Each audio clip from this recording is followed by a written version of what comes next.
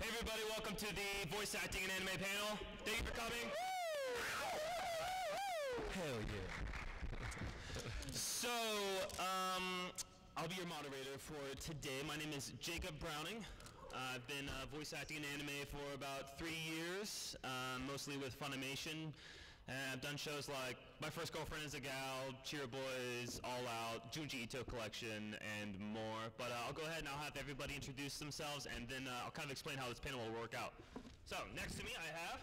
Margaret McDonald. Hi. I mostly do work with Sentai Filmworks and Funimation. You might know me for my roles as Miho Nishizumi in Girls in Panzer. I was also in Parasite and Akame ga Kill. And I was Harumin in Citrus. Yay! Hi, I'm Erika Harlacher. Some stuff you might know me for is on in Persona 5, Elizabeth in Seven Deadly Sins, Kurapika and Hunter x Hunter, like the manga I just signed for Meg right here. Very excited. What else am I in? Violet. Violet Evergarden in Violet Evergarden. Yes, They know. thank you. Yeah, you guys know what I'm in. I don't know. Yeah, and other stuff. So, whew. Your nails are so cute, by the way. I love the color. Show the nails. Show them. They look so good. I never have them painted, but I did specially for you guys. Sunday special. Yeah. Good morning, everybody. My name is Ricco Fajardo. I don't know what I'm best known. Thanks. I don't know what I'm best known for, but I guess I do a lot of animes at Funimation. For backflips, I'm known for a pretty sweet back tuck and a back handspring. One day I'll link them together. It'll be sweet. People in let's see, Jackal, Fairy Tail. Leon Luis and Gato, Haruhiro and Grimgar. A lot of fun roles out there. So yeah.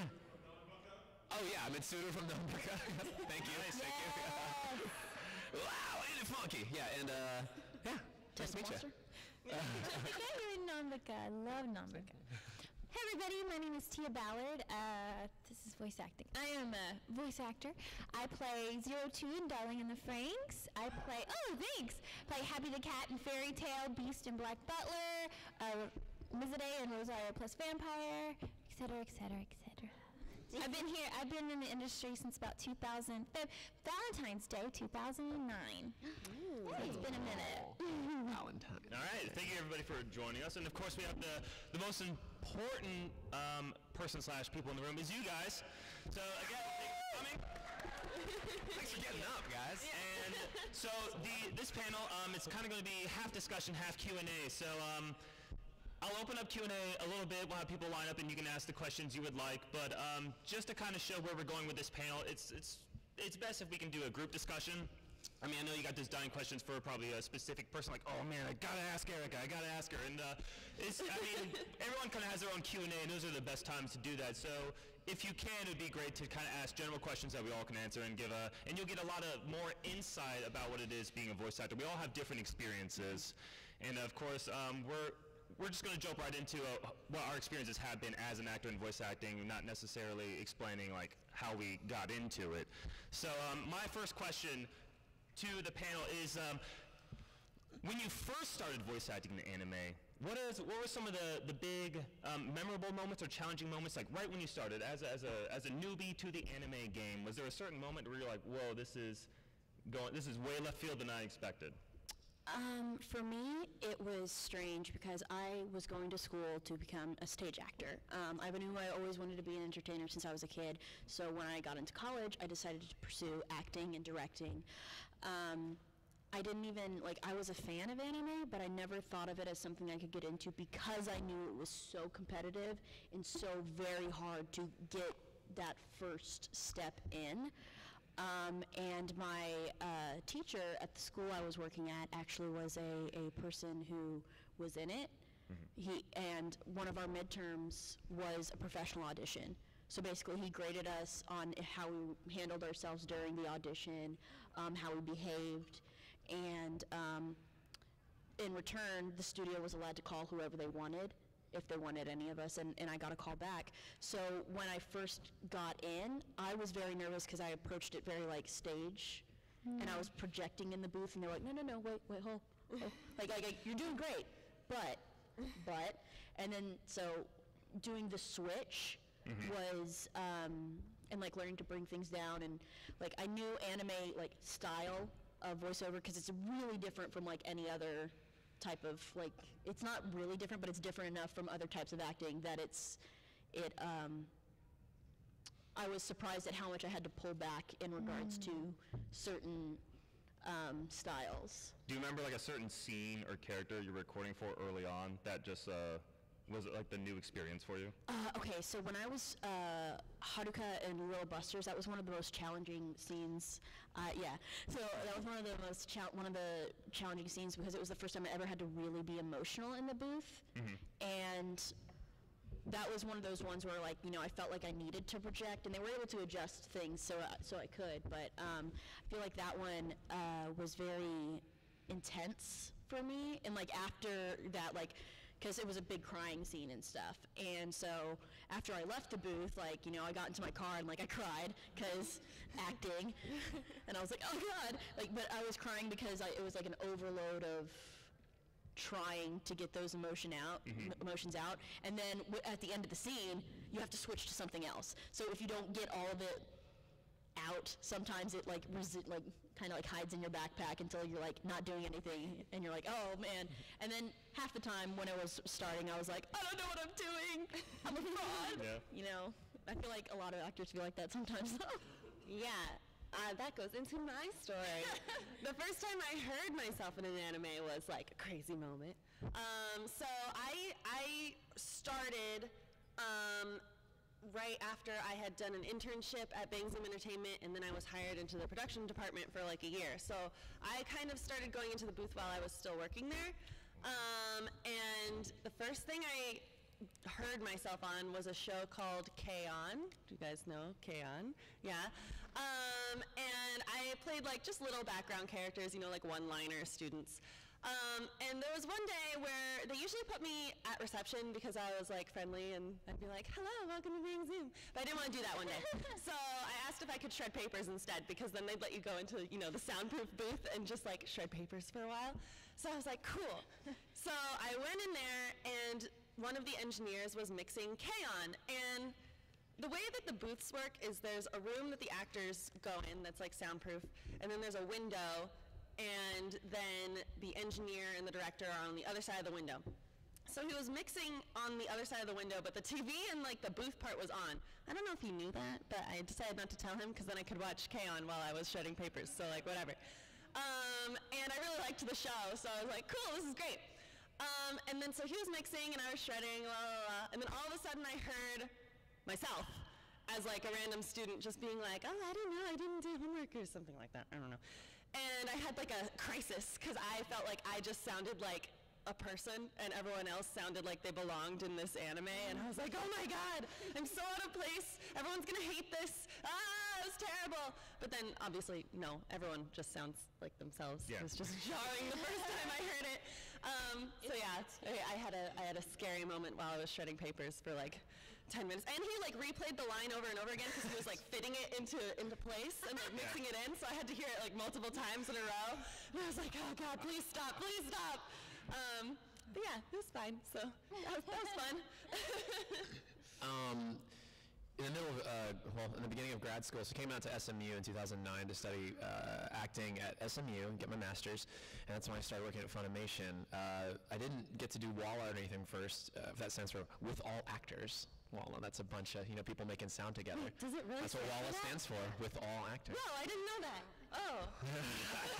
Yeah, a little food for thought. The more you know. But anyway, so I didn't actually get the chance to kind of do a lot of that stuff at first. It's just right into the first role, which is I forgot to cover that in the 18 over panel. Anyway, but the first cue. Anyway, sad. But all that to say that when I was working on my master's at, it was classical acting, so theater, right? Mm-hmm. And we're talking about you spend a lot of time, especially working on your master's after you've done undergrad, is you usually have an idea, sense of self, acting, who you are, what you got to give. And then in grad school, they take all your good abilities away. They wipe all your stuff, and they go, all right, let's start from the beginning and see what you're really about, and you work on your weaknesses, and it's a very like molding clay kind of moment. So when I started at Funimation, I was, every single cue I looked at, I'm like, okay, I'm gonna make sure that no matter what, every single line is gonna be just loaded with, you know, intent, and just, it's like an actor in the middle. There's a difference between like acting and doing the damn thing, and someone who's like still a craftsperson working on it, like a, you know, because you take risks, you do big things, and it will be sloppy, it'll be gross, it'll suck. So when I came, all that to say, I was in that mode when I was in the booth, and I remember just loading each line with just like really hitting it, and they're like, that's great, it's beautiful, awesome work, it needs to be shorter. And I'm like, oh, okay. So I'm like, I do it again, I load it, you know, and I'm like, I'm all about it, let's go. I do it again, it's like, it needs to be shorter. I'm like, because in, you know, especially with grad school training, like, you're encouraged to take your time with the text and really breathe life into it, and let it breathe life into you. So it was tough. It was tough to work within the confines of anime, which I watched anime ever since I was a kid, so I was familiar with the medium. But to like, yeah, have a moment where you have maybe like an OM breath react and someone close to you just died, and it's like, wow, okay, I could weep, I could burst into tears, but all I'm afforded is like one flap. You know, and you're like, oh, okay.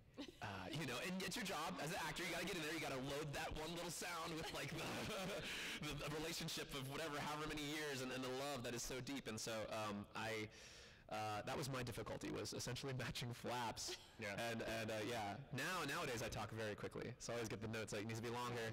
The thing I always do in the booth is the second I read that I'm too quick, I go, "Shawty," because I'm short. So I just say that to the engineer, and they're like, "Shawty." Yep. For me, when I started, I would only audition for kids and animals because I have a higher pitched voice, and that was what I was comfortable with. So I was like 23, and so if I look through the audition books, because if we get a new show, there's a list of characters that we can choose from to audition from if we have auditions, and they're all there. And I would just look and look and look for kids and animals, and then if there was no kid or animal, I would panic. It's like, oh my gosh, I can't do this. They're gonna know I'm a fake because I can do a cute voice all day, but when it comes down to like real, like no. You're not a kid or an animal. Like, they'll know I'm fake. So I would, my rule was, if it has boobs, don't audition for it. I wish I was lying to you. But when it came to, I don't know if you know the show Rosario plus Vampire. Awesome. Well, I got Mazide in that show. There was like one kid, and I auditioned for her, but they cast me as Mazide, who's got a deeper voice. And it was my first time going deeper.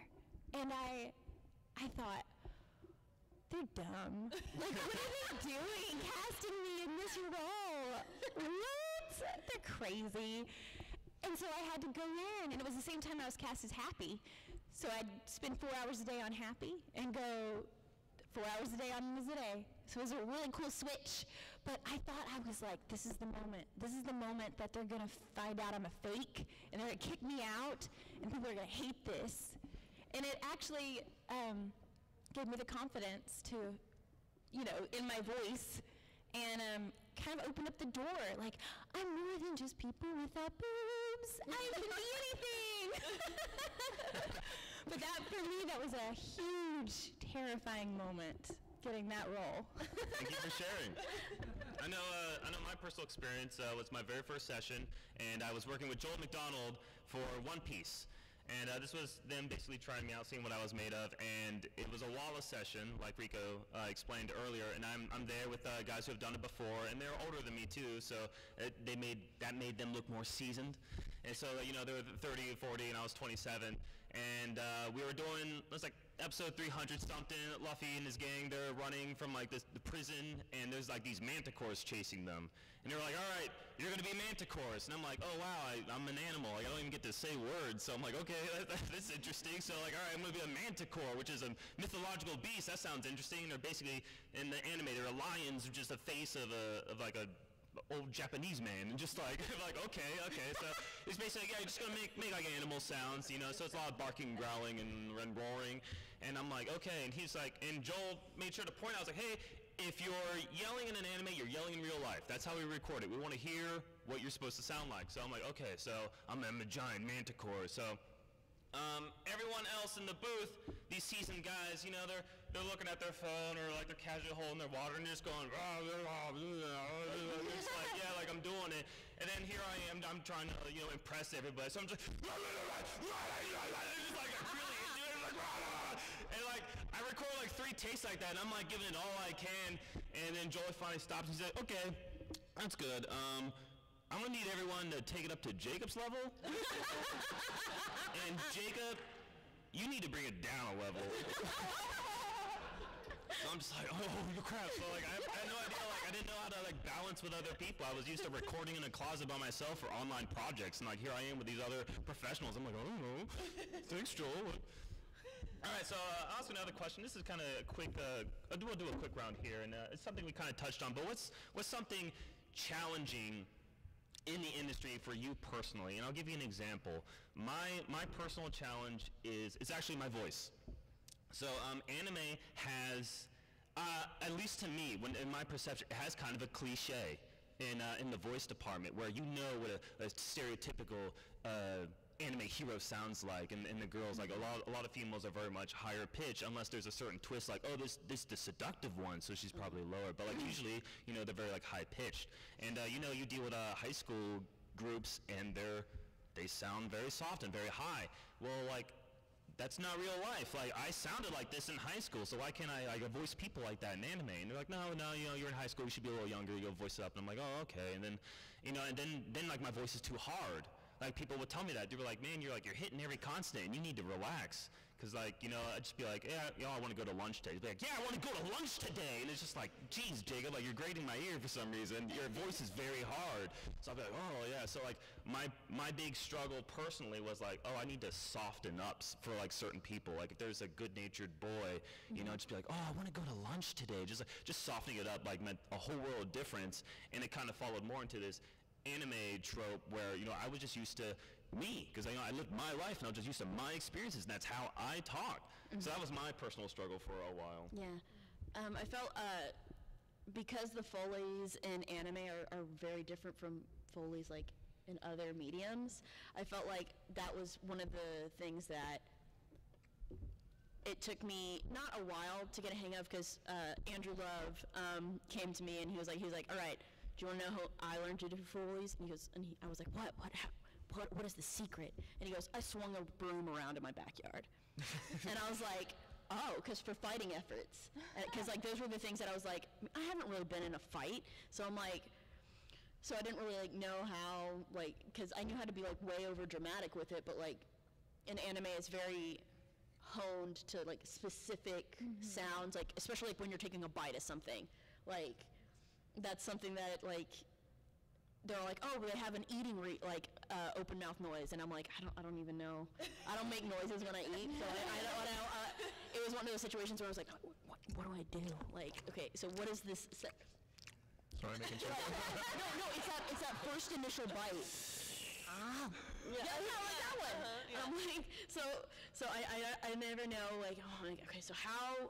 Because the difference between, like, in cartoons, you would definitely go, ow. But in anime, it's a little, you know, it's different.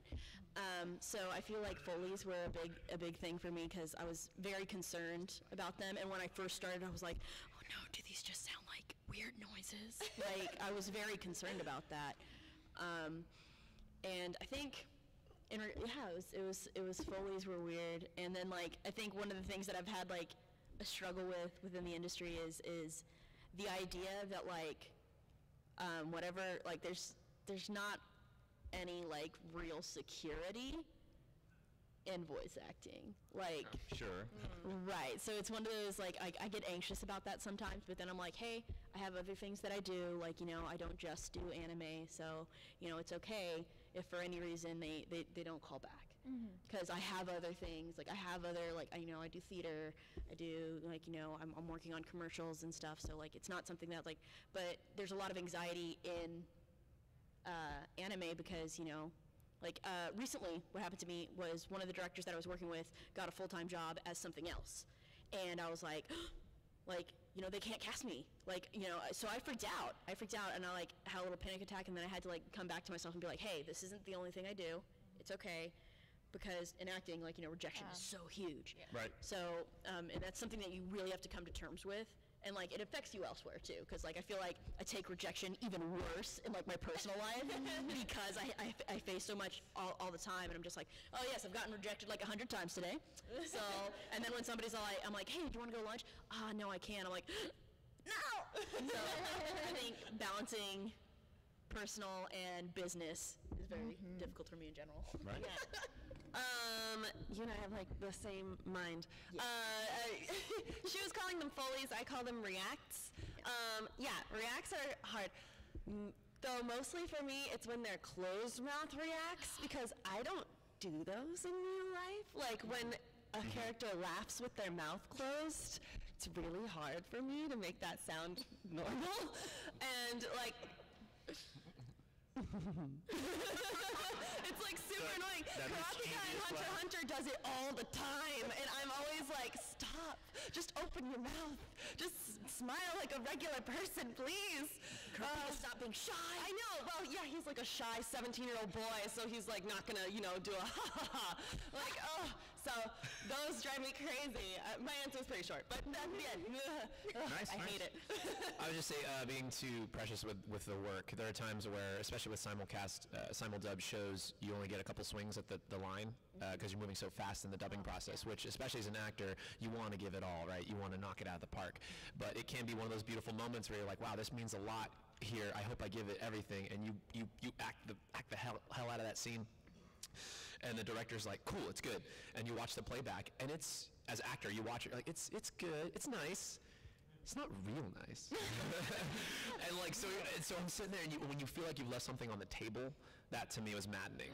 To this day, I mean, but you're moving so quick, right? So the elixir to that was making sure you have a good director that you can trust and goes like, no.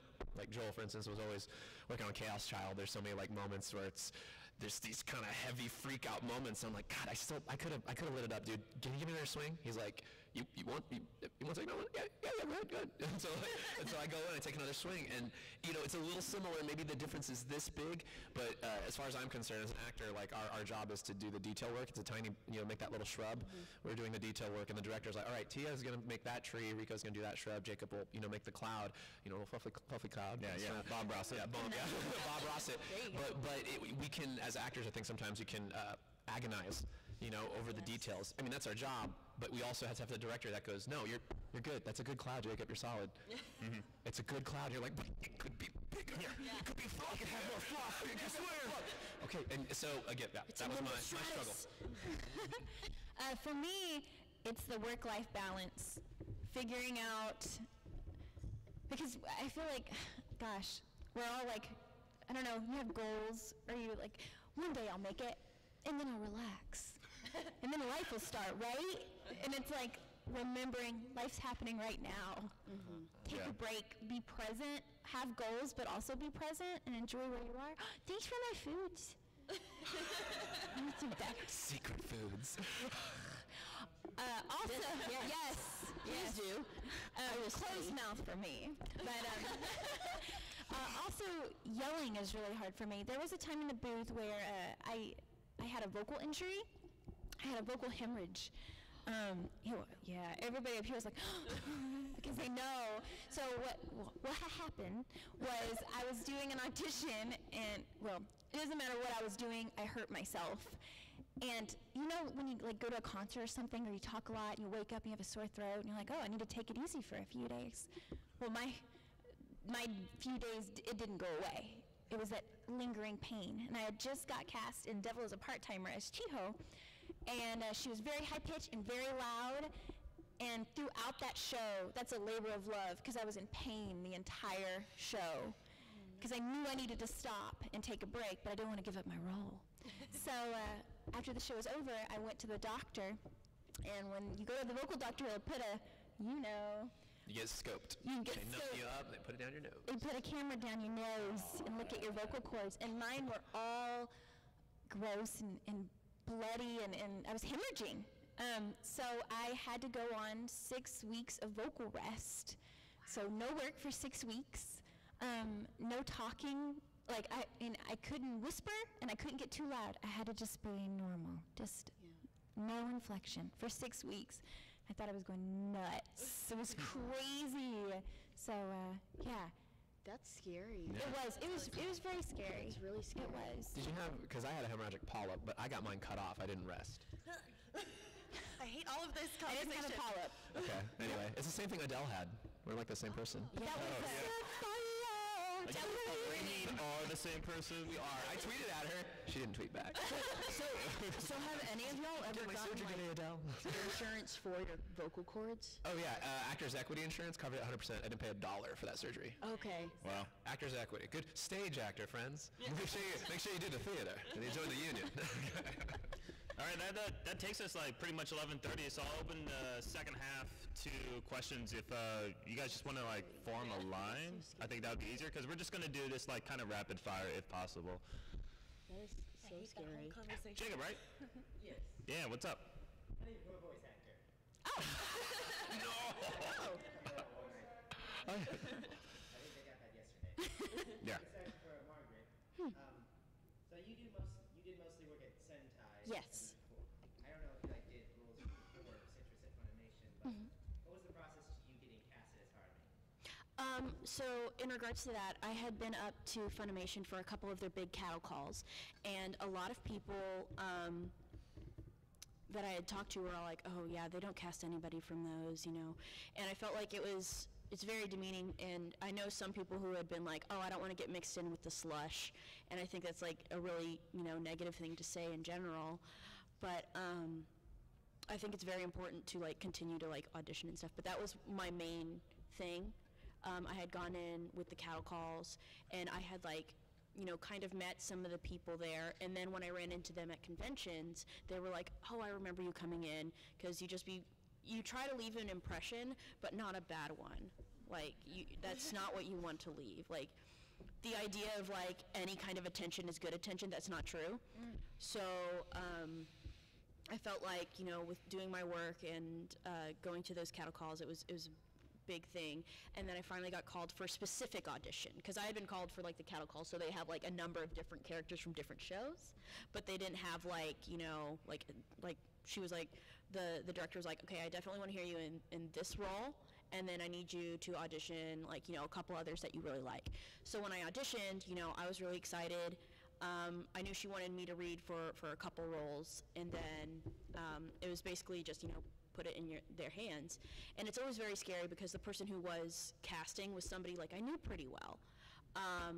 You know, we had met at conventions before, and you know, it's scary for me when it's your friend casting, because it almost, because you want to do good for them, because you want to like impress them, but you're also like, don't cast me if you don't think I'm the best for this part, because I feel like I'm very aware of like, you know, favors and stuff, and I don't think that's, you know, great. And I'm very much one of those like, you know, if you don't have a place for me, that's fine, because I don't want you to feel like you have to compromise yourself for anything. So in regards to that, I got a phone call from, or I got a text message from Tara asking, because I had done like Walla before, so when I got the specific audition, I got a text. So, and Kristen had told me like, you know, audition for these two, and then like pick another one to do. So that was the process for me, but I definitely say like, you know, in regards to going into any, just keep auditioning, and don't ever dismiss an audition. Like, it's not, and by dismiss I mean think that it's less than what it absolutely could be. Thanks. Sadly. Oh, thank you. Sad thing, did you guys, when you first got a text from Terry, you didn't have her number in your phone, so this random text message is like, hey, Are you available at this time? are you available to do voices? You're like, Yes. who the hell are you? Yes. Anyway, it's weird, guys. Anyway. Testing 1 2. Is this thing on? Yes. Maybe. So I imagine there's no secret to it, but for whoever wants to answer, what are techniques for screaming like you're dying without actually dying? Without actually dying. Well, first, we are actors, so we act like we're dying. Oh. Yeah, no strain, breathe. I say sing it. I know some people say you can't sing screaming, but classical training for theater, you got to fill a space and you have to have an instrument that can sustain the sound for a long, long time. Yeah. So stay hydrated, stay rested, and when you send the sound, it leaves your body. Don't let it contain, don't let it stay in there, because the tendency is when you're like getting stabbed, you imagine the sword piercing your guts, you have a clear idea of your innards being sliced apart, and you want to just take all that sound and make it go inside. But typically what actually is going to happen is that sound needs to leave your body. If you bring it in, your cords, your glottis, everything's going to push and press, and you will hemorrhage your cords. And sometimes it's from overuse. Just from doing it 8 hours a day, you will rip your cords. So, rest, water, and let the sound leave your body, is what I say. If you're feeling it in your throat, that's wrong. And you need to place it differently. Or your chest. And you know, it's hard to like explain with words, but if you're feeling it here, you need to reevaluate how you're letting the sound leave you, like he said. Yell from your diaphragm. Yes, exactly. You need to yell from here, take a lot of breath, and It's a lot of vocal, like a breath support. yeah, I feel like it to get takes everything out. practice for sure to figure it out exactly. Specific thing, one thing, sorry, Roy Hart voice work. Roy Hart voice work, just as a side note. Take a note, a dude studied H-A-R-T. Studied people dying on the battlefield, and they would make sounds that would cut across the battlefield. People who were grievously injured, and they would make sounds that would just cut across like football fields of, but the body is capable of making some crazy sound. I mean, interrupt, sorry, Jacob. No, I was going to add on, like, diaphragms, definitely something to piggyback on. Using your body, but even, like, not screaming, like, if your character's jogging, like, just moving your body, kind of, like, bouncing, will, like, give you that, that kind of voice. But one thing I always stuck with me when we were talking about screaming is my vocal coach back in the day, he said, you want to know, like, the world's best screamers? Babies. Like, babies scream constantly, and they will scream, they will scream all day, and they never go hoarse. And it's like, well, why? It's because they're naturally going with their body, just using everything they have to let that voice out. Yeah, you have to remember how you used to, because you used to do that. We all used to scream nonstop.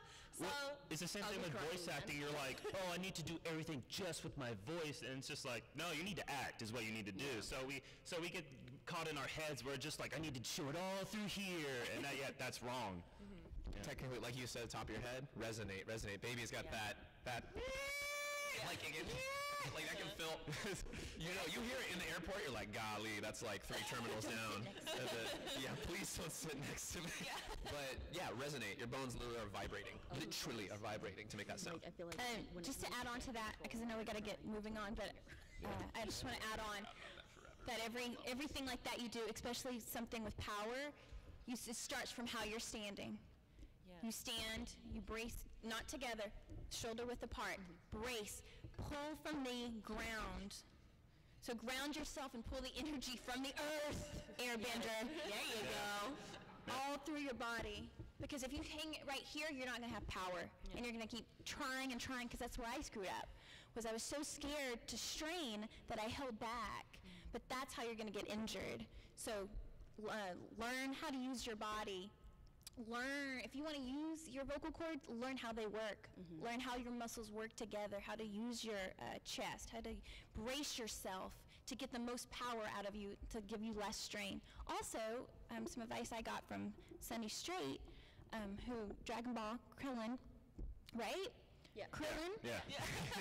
The one with the bald one? He said when you're screaming, when you're yelling, pretend like you have a pencil between your teeth and try to yell over that invisible pencil. That was his advice to me. Hard palate. Yeah, hits the hard palate. Anyway, a lot of technical stuff. Thank you.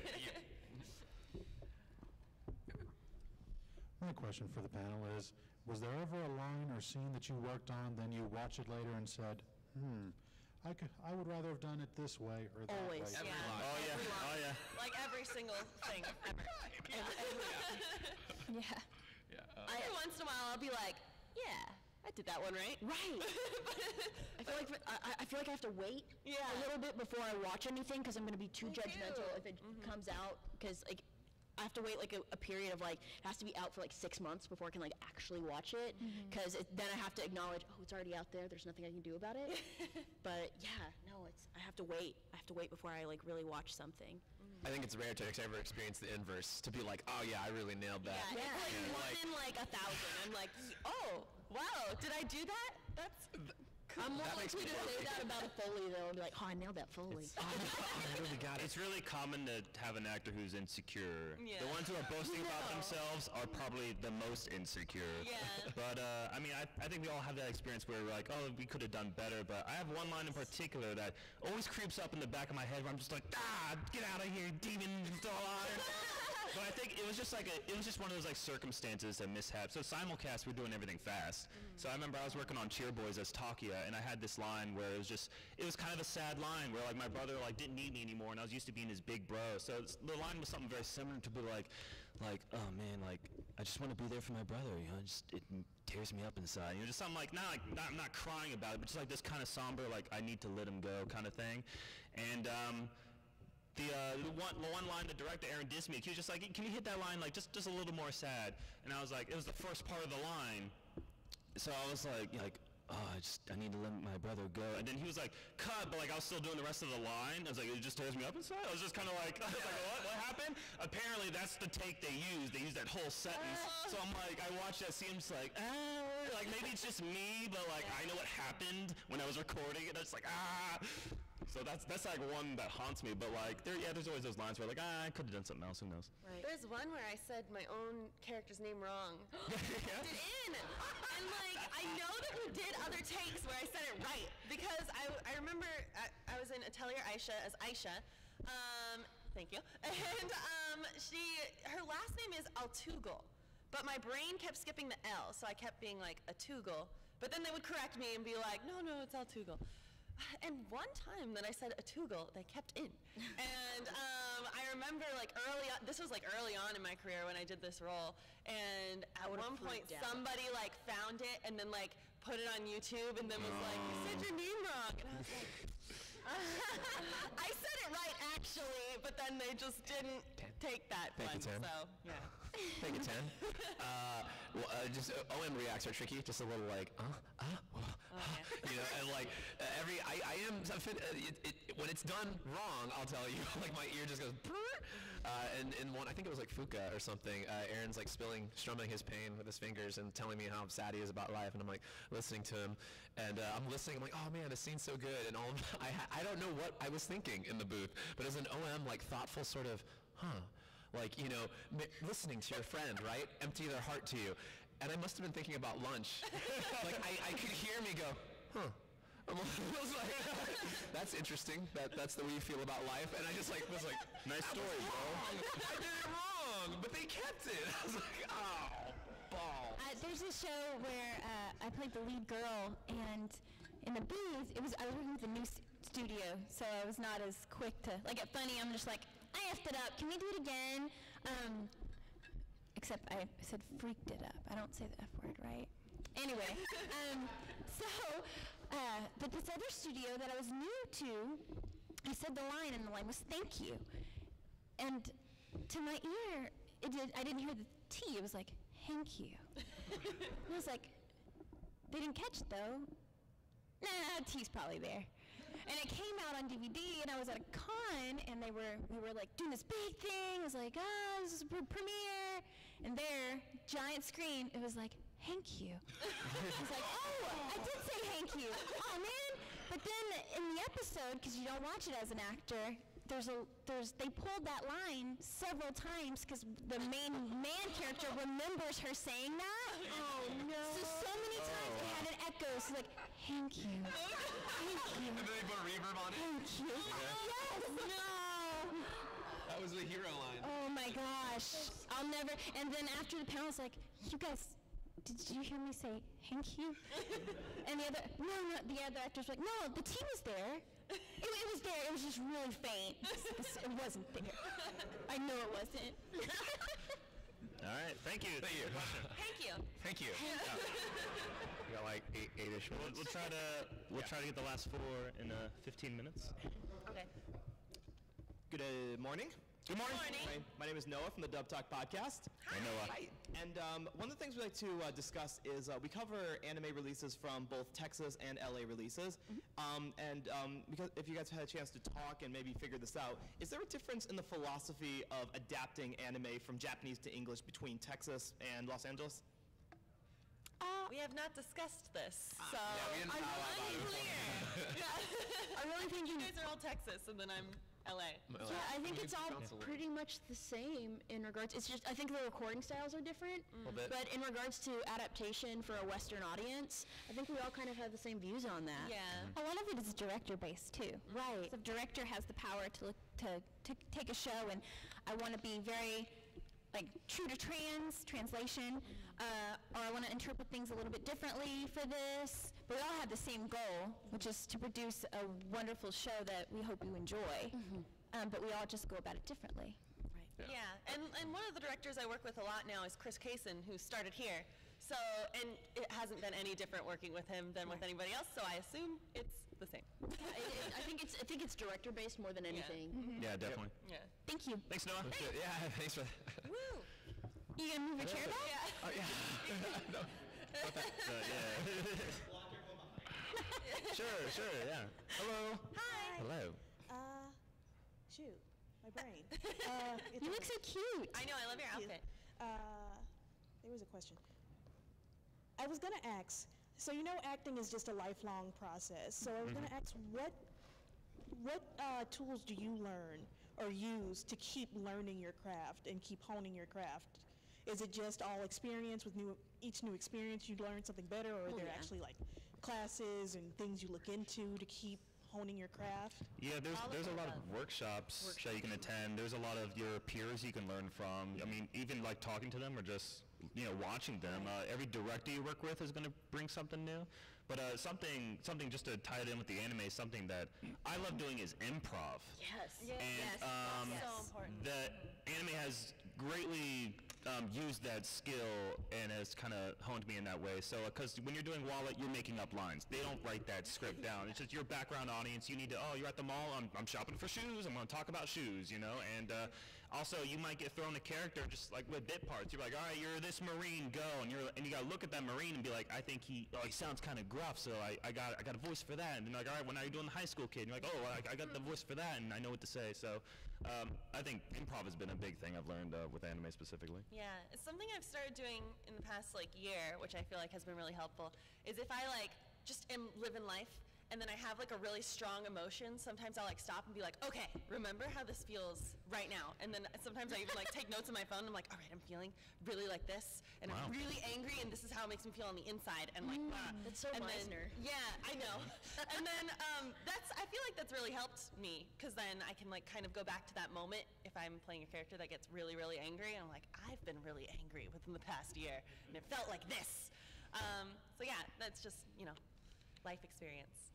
What works for one person may not work for another person. So you got to figure out if you're interested in this, got to figure out what works for you. Some people it's watching other people. Some people it's watching other performances, going to classes, being in plays.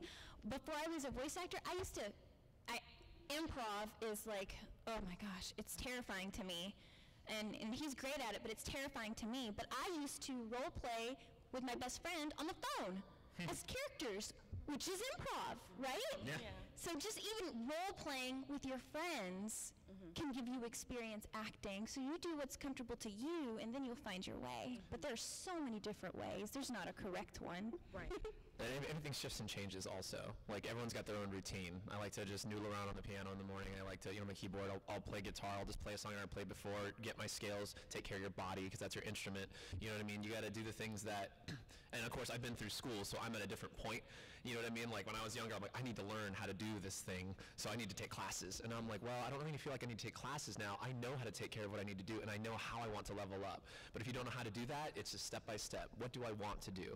How do I take care of it? I know I need to get better at singing. I know I need to get better at just working in scene work. How do I do that? You know what I mean? And you can work with a friend. Hey, do you want to read the script together? Or do you want to write something? Sorry. Thank you. Oh, thank you, 3. But yeah, piggyback on what Tia said, it's really up to you. When they say it's kind of a little corny, but like finding your bliss, what makes you happy, that's a really good way. Because if you get that energy, if you can harness that little piece of happiness, it will fuel you. Like, I really want to learn guitar. My fingers hurt for months, and now I know how to play guitar by watching YouTube and doing it. And like, you can do it. It just takes starting it. Anyway, yeah. Thank you. Thank you for the Thank question. you. Get the last 2 in here. Super quick. Hopefully this is a quick question. What was your favorite character to voice, or which one was when you had the most fun doing?